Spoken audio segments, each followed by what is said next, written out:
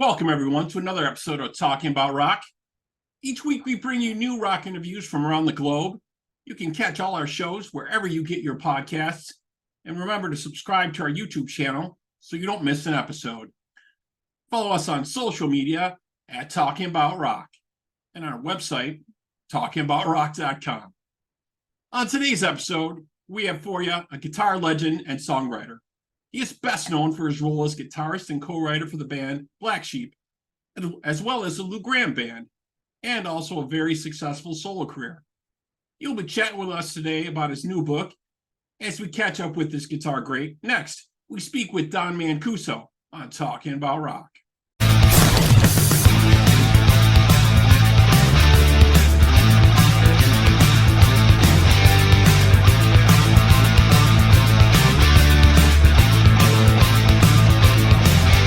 Okay, now we have joining us Don Mancuso. Don, how are you, man? Good. How are you doing, Bob? I'm doing great, doing awesome, man. Thank you so much. I was just, telling our audience a little bit about your background. You were born and raised in, I think, Rochester, New York, right? And started playing guitar at a very young age.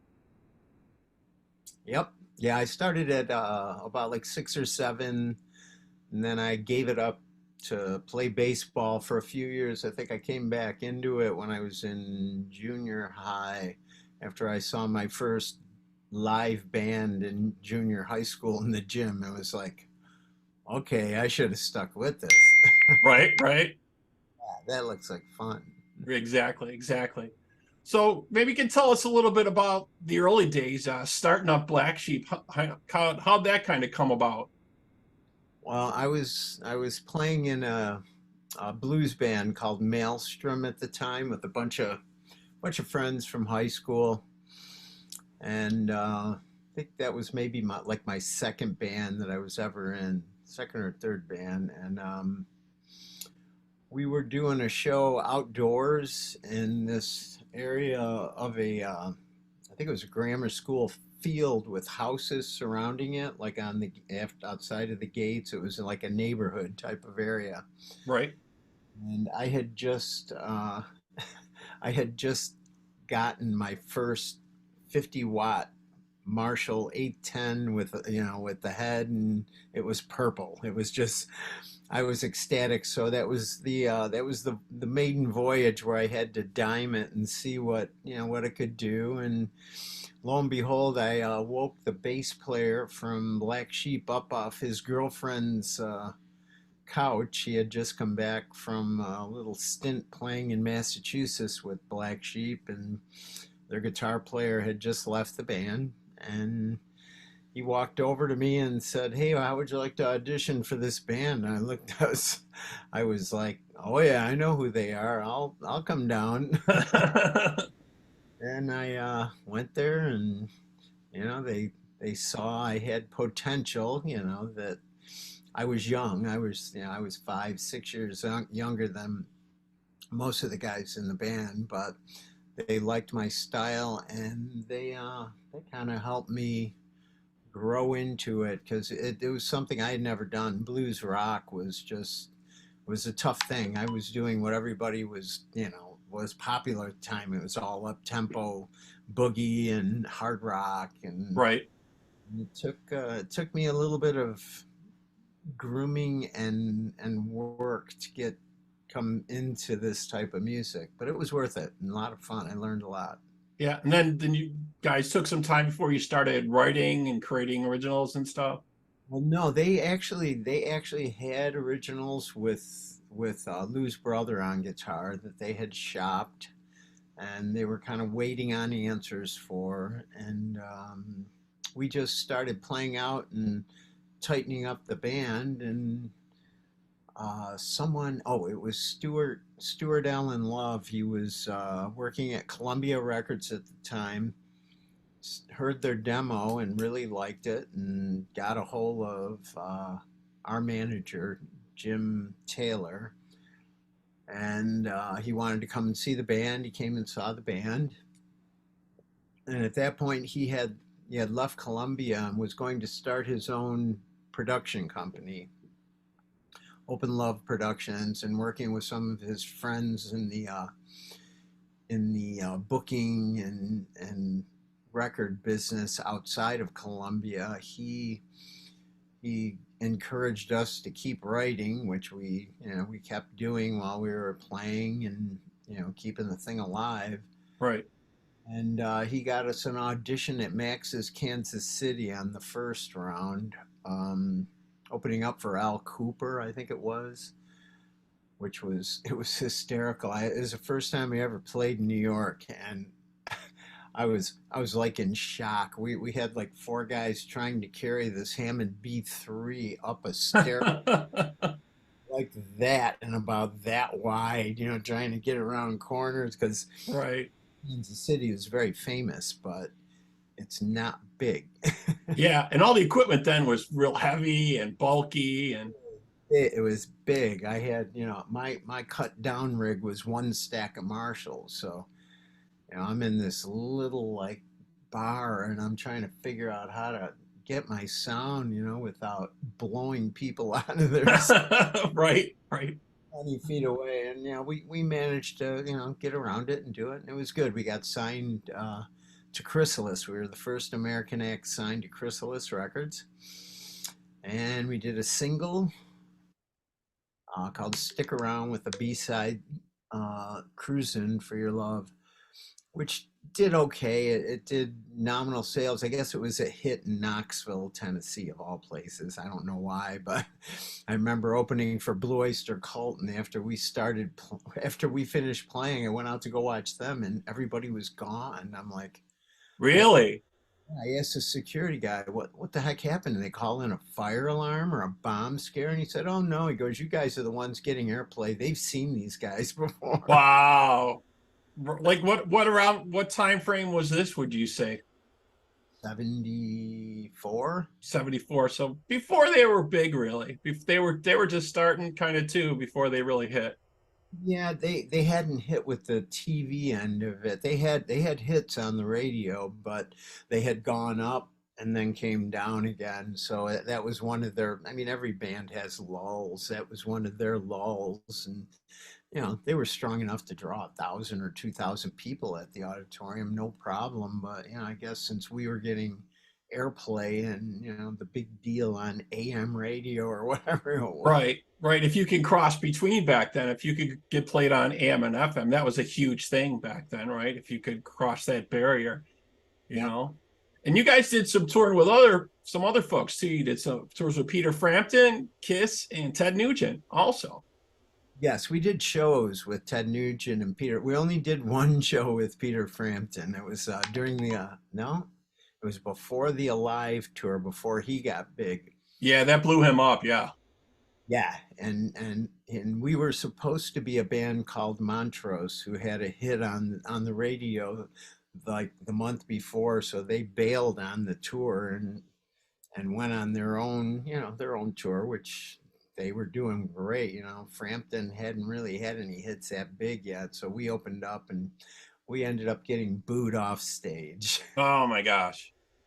It was the first and the last time it's ever happened, but it was a good experience.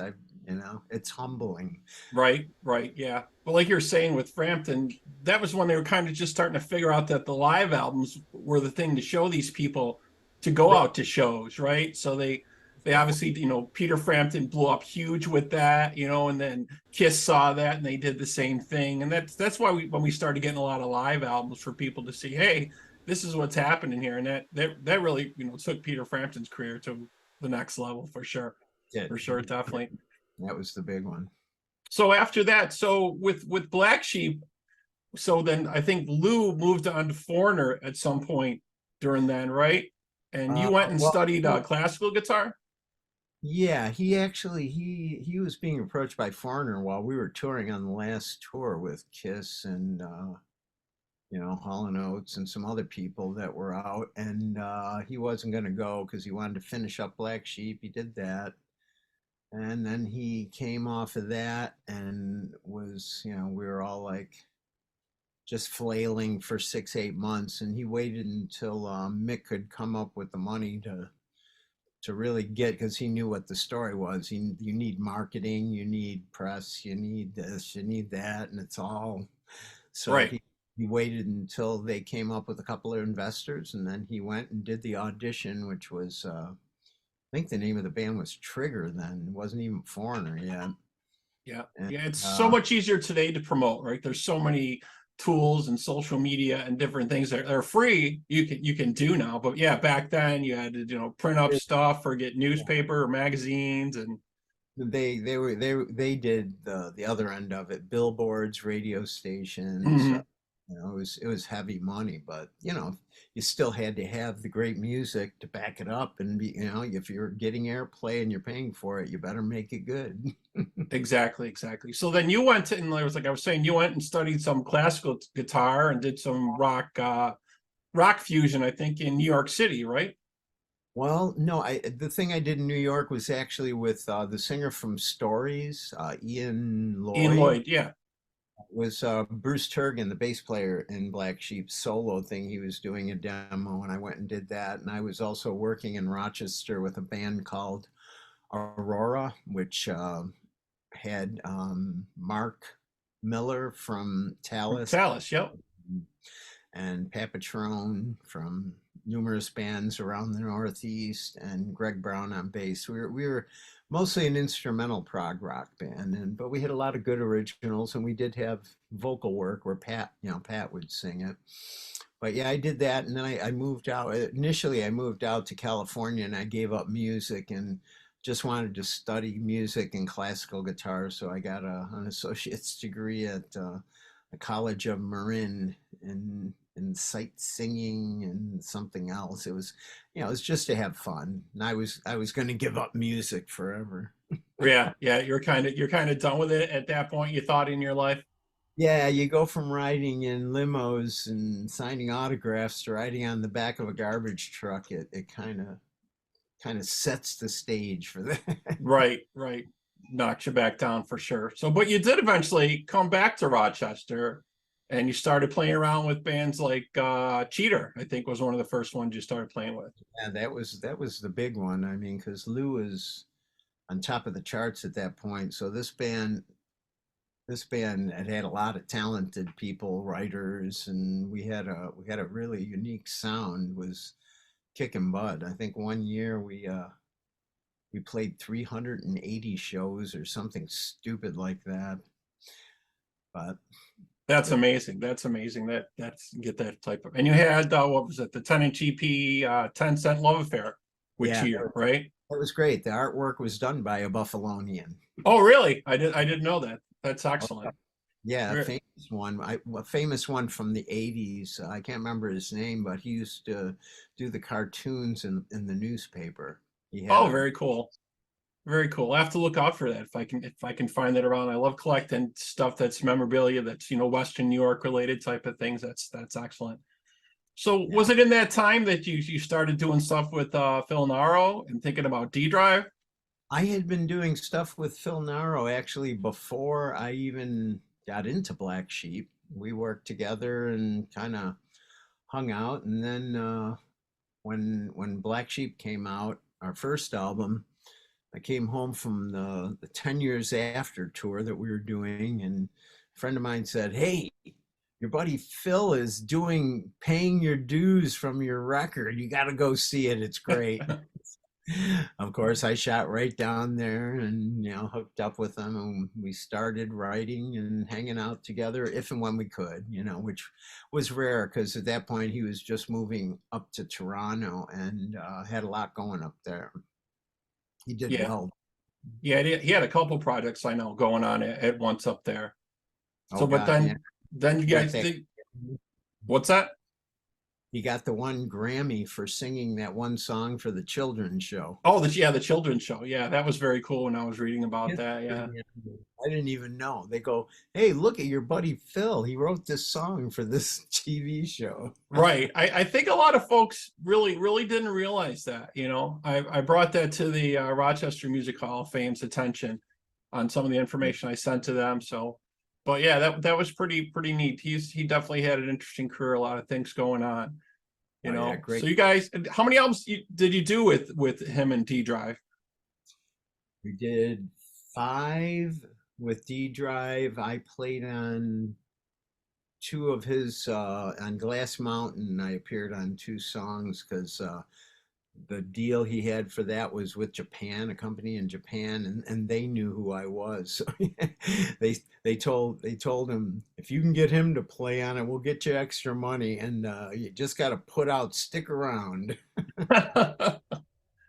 So yeah, I got to play with him on that, and then we did a couple other projects together with other friends like Steve Rosenberg. I think we did a couple songs for him. We co-wrote a couple songs for other bands that weren't really, huge bands, but yeah, we did a lot together. It was devastating losing him because he's been my main writing partner for God 30, 40 years. I mean, when you get used to it's like marrying someone and getting used to living with them. Right, right. He seemed to be such a great soul and an inspiration to so many people starting out in all different areas in Western New York. You know, I hear a lot of that from different folks, just all the things that he did is just Yeah, actually all over the world. I mean, he knew people in Europe and he had people in Japan, and he was always encouraging and nurturing whatever he could. right. And I didn't realize that he knew the artist that did the 2112 album cover. Oh, wow. I didn't know I that.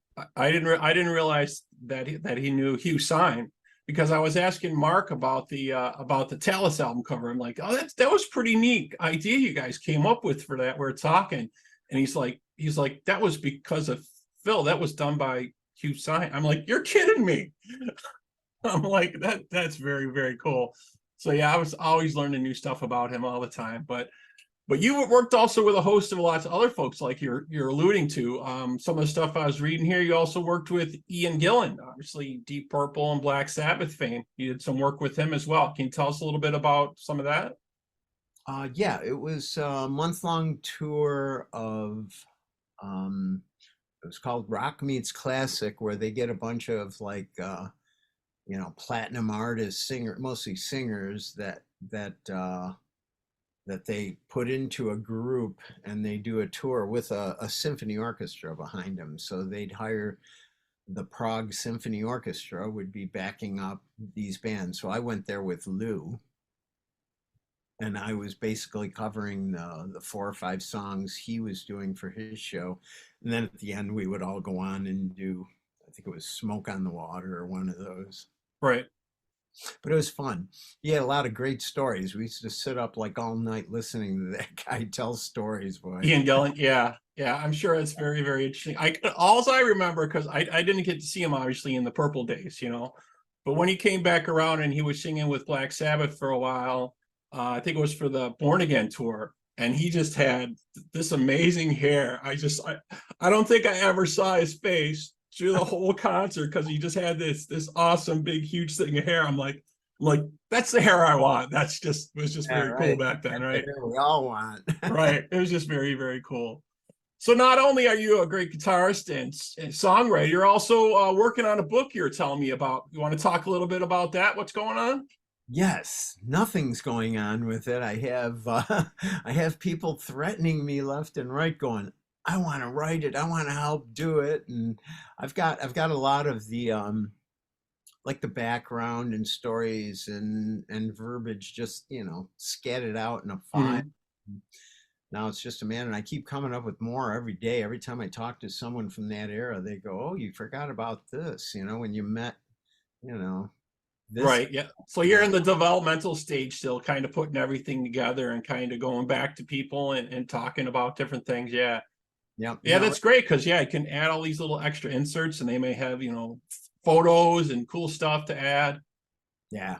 No, I'm looking forward to it. I really want to do it. I enjoyed Lou's book, but I think I could probably do something a little more interesting with it, because he didn't, he remembered most of what his career was, and the important parts he wanted to make sure came across, but with his memory issues, it was tough, he had to go with what he knew. Right. Right. Exactly. But it's great to see him out there performing again. I see he has, shows coming up. He's going to be doing the All-Stars thing and playing different places. So that was great to hear that's going on.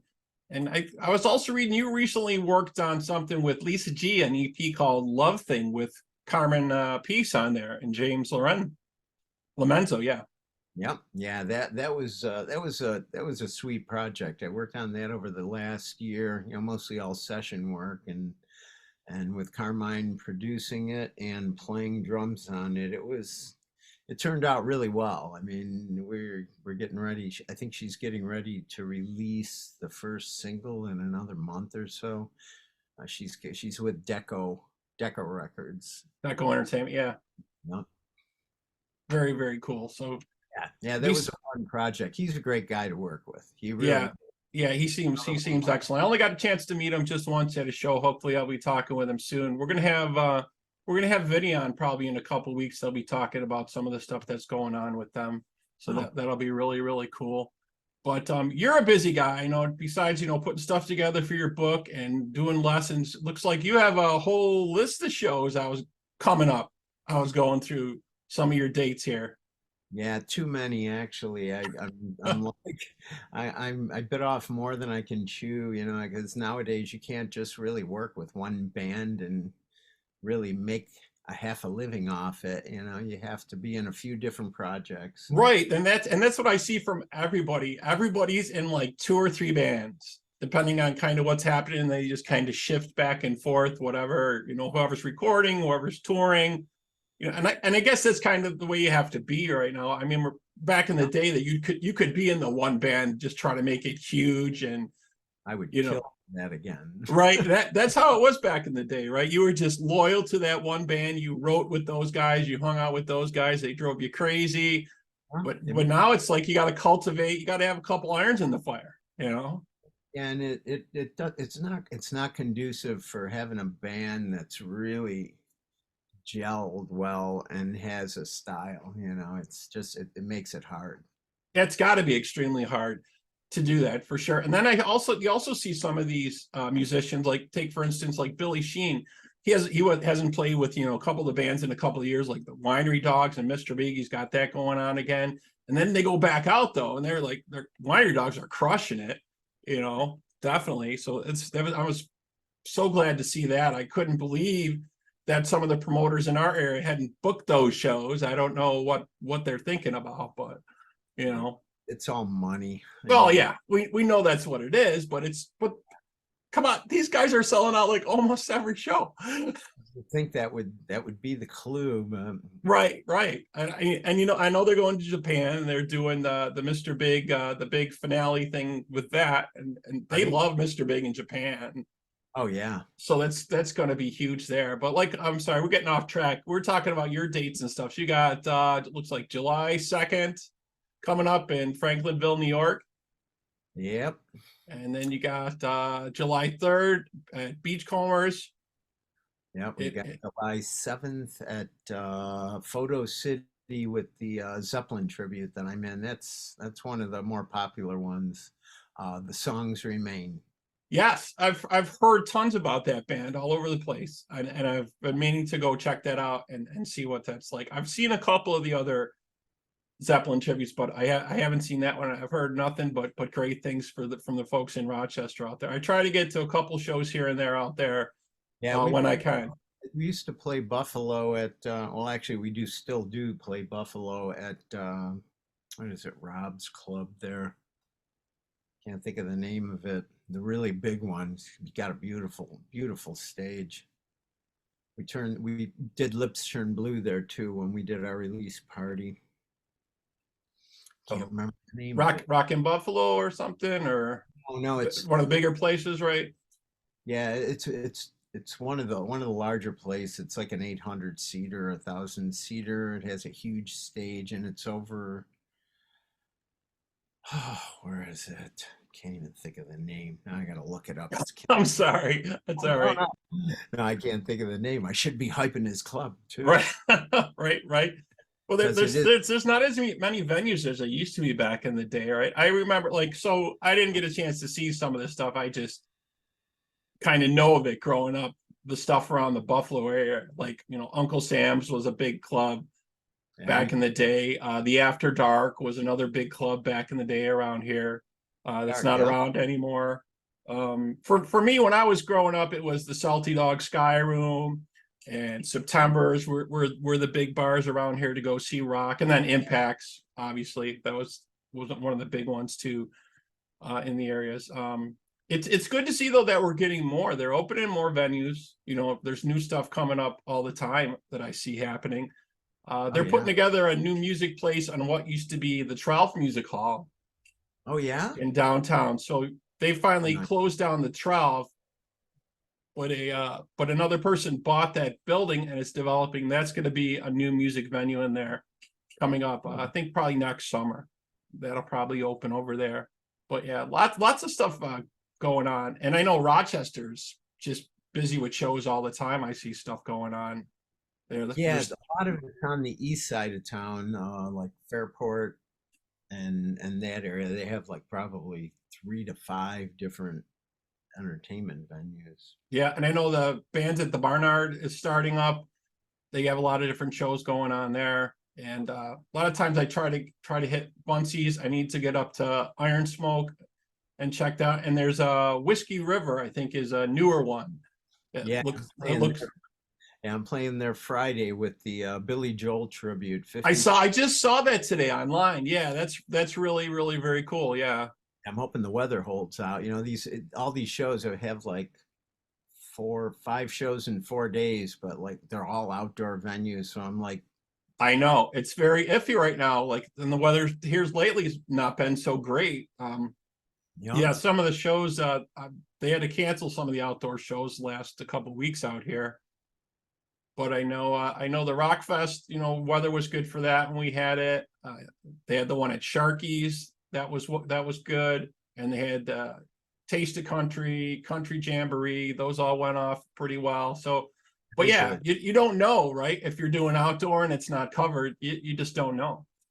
I know it's tough, and there's not much you can do. The weather around here where we live is wait 5 minutes if you don't like the weather. Right, wait 5 minutes and it'll change. That's exactly what I tell people all the time. If because they're always complaining, oh, I like this, I like that. It's too hot, it's raining, whatever. But yeah.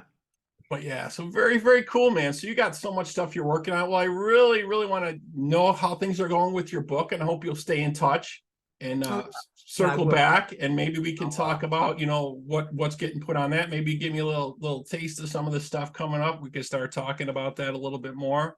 And I'm definitely going to come out and see the Songs Remain. That's going to be very cool, and definitely got to get out there to see you again. Yeah, definitely. You can see me anywhere with one of 3 or 4 tributes, or I do a solo acoustic thing with the drummer and singer from the Led Zeppelin show that we do. That it's pretty much like an unplugged, drummer plays cajon and I play acoustic guitar, but it's a fun gig. People seem to really like it. Excellent. Now, with another country artist too. Young kid, 24 years old, 25 years old, I think now. AJ Hilton. Okay, yeah. I think I just saw something posted about that. Yeah. He went to Nashville and recorded a couple of his own songs, and he's been kicking butt. He's got a great voice, and he's got the personality for that. He's really good with people. Yeah, you got to definitely have that. And all the folks, it was amazing to me in the last couple of years how many folks moved out to Nashville. You know what I mean? It seems to be like Nashville and Vegas, they're kind of bebopping back and forth now. That's kind of what's going on. Yeah, most of my friends and family are moving south somewhere and trying to get out of New York State. Right. Yeah, I totally understand. Well, again, man, thank you so much for being with us. I really appreciate it, man. I hope to talk to you soon, and keep in touch with the book and what's going on, man. I will, and I'll let you know when the release dates come up on the few projects that I'm working with right now, and maybe we can talk about those too. Excellent. All right, man. And if you folks out there have comments or questions, please feel free to email us at talkaboutrock@gmail.com. You can like us and follow us on Facebook, Instagram, and Twitter. And for this show, it'll be dropping to all the streaming services, and the video will be available on YouTube. Don, again, man, thanks for joining today. Thank you.